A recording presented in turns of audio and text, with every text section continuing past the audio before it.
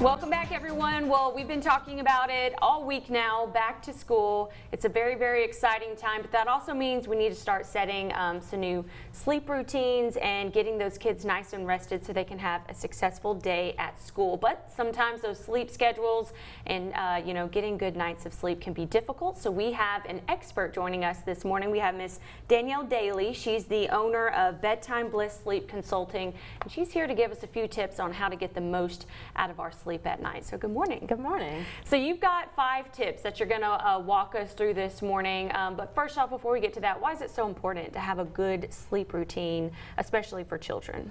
Consistency is really important when it comes to sleep.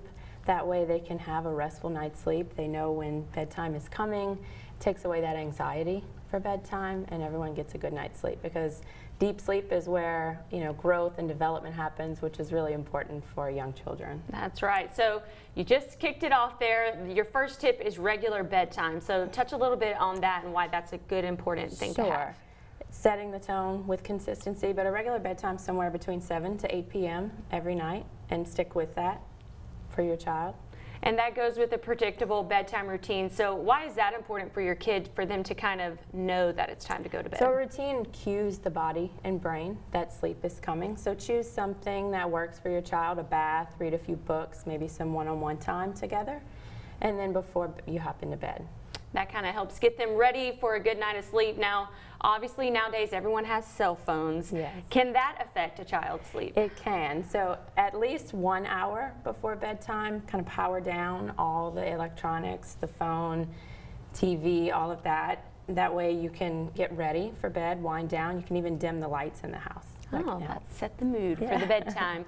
And what about a sleep environment? I've heard that a lot. Maybe some people might not know. What is a good sleep environment? A dark, cool room is the best environment for sleep. So get you some blackout shades. A cool room somewhere between 69 to 72 degrees is good. But if your child needs a night light, you can certainly do that, but go for an amber hue of a light versus a blue light.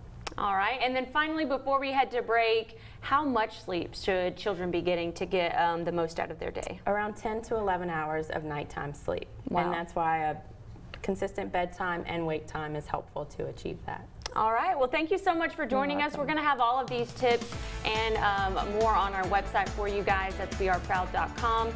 This way we can get those kids ready for a successful school year. So thank you so much for joining us. Thank you. We're going to take a quick break. We have much more coming up.